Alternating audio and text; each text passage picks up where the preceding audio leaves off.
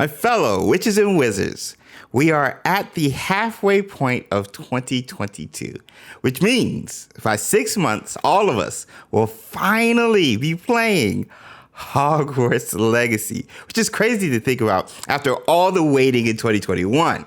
So, based on everything we know so far, here's my legacy predictions for the final 6 months of 2022. Starting with July and August. I honestly think both months will be more of the same regarding Hogwarts Legacy news. Kind of quiet outside of another ASMR video. Please do a winter/snow video. Please. Or another PS5 Hogwarts Legacy joint advertisement like the immersive video, or even gifts like the ones we've seen religiously and consistently posted by the Hogwarts Legacy social media team and even Chandler Wood, like the one we saw yesterday. Now, the reason I say July and August is going to be more of what we've been getting since the State of Play is because of Chandler Wood himself tweeting, saying, later this summer in regards to content. July to me doesn't feel like a late summer, and August does, but I think Chandler's referring to an event at an even later date, which I think we all know what it is. Now, to play devil's advocate against myself, there is Gamescom happening late August, which falls in the quote-unquote later this summer window. And there's also a possibility of PlayStation doing another State of Play in July. Just last year, they had one in July. But another State of Play for Hogwarts Legacy isn't likely to me, especially since God of War Ragnarok, a PlayStation exclusive game, mind you, hasn't even had one. So, July and August, quiet on the Hogwarts home front.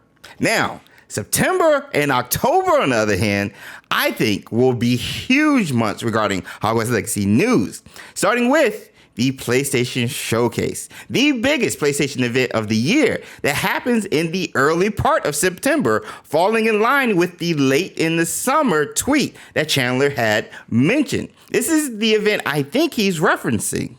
This was the event that introduced the Hogwarts Legacy reveal trailer in 2020.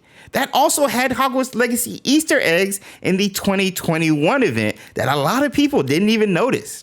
And with PlayStation and Hogwarts Legacy still working together on its marketing, Hogwarts Legacy will without a doubt be there, in my opinion. I'm expecting to get a new gameplay trailer, a release date announcement, a PlayStation exclusive announced, a collector's edition announced, maybe, and something I hope I hadn't even thought of. And like the State of Play, this huge amount of news and announcements will carry us through September alone, while sprinkling in probably some announcements about the official art book and guidebooks release dates, weeks after the showcase. Side note, be on the lookout for Harry Potter Magic Awakens global release in September as well. I'll be playing that game while we're waiting for Hogwarts Legacy. Once we get into October, though, things will again quiet down, in my opinion. WB Games will be marketing another game, Gotham Knights, which is scheduled to release October 25th. And they'll want to focus on getting the marketing and hype ready for their game. Plus, you don't want to have too much marketing for two games from the same company in the same month. So that's why I think it will be quiet. Maybe we'll get another ASMR video. I'm begging for more ASMR videos, please. A Halloween edition would be nice, featuring the Dark Arts. It is Dark Arts month. Or maybe even holidays in Hogwarts Legacy leading up to the holiday season in November and December. Either way, either one of those things will be very magical. The last 2 months of the year, November and December, is when the Hogwarts Legacy marketing will ramp up, because one of these months will be when Hogwarts Legacy finally releases. Now, I don't see a early November release date since, again, WB doesn't want Gotham Knights and Hogwarts Legacy competing in-house. Also, keep in mind Pokemon Scarlet and Violet just announced a November 18th release date.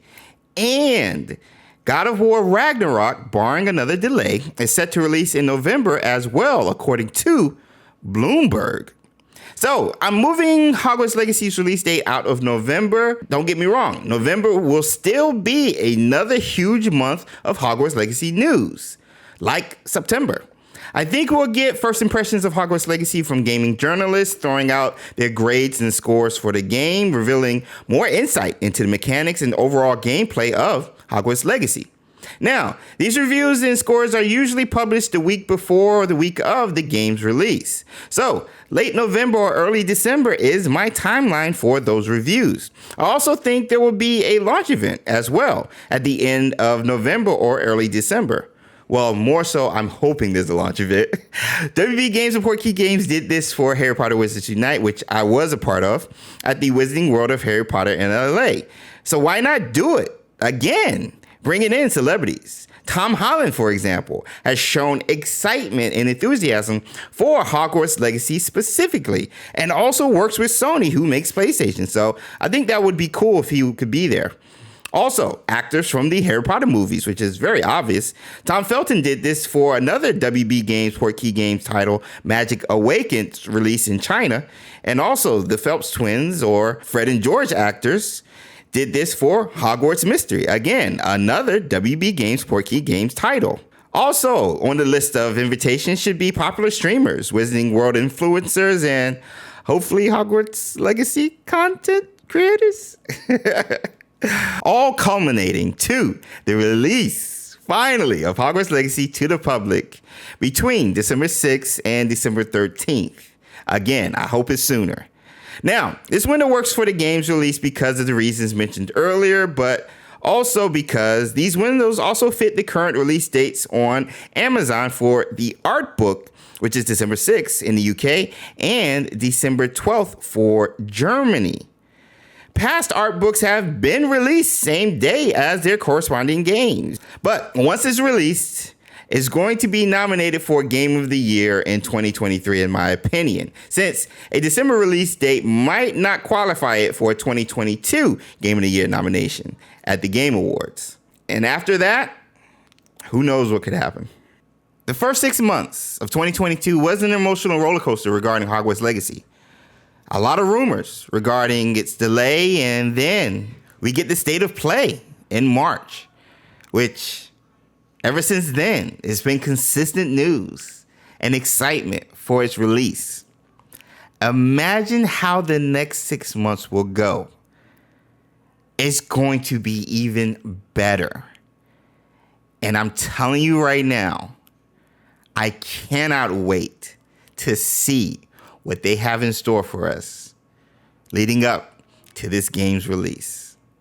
We as fans need to take a step back and just remember where we came from and where we're about to go when this game is released and we're officially able to play Hogwarts Legacy.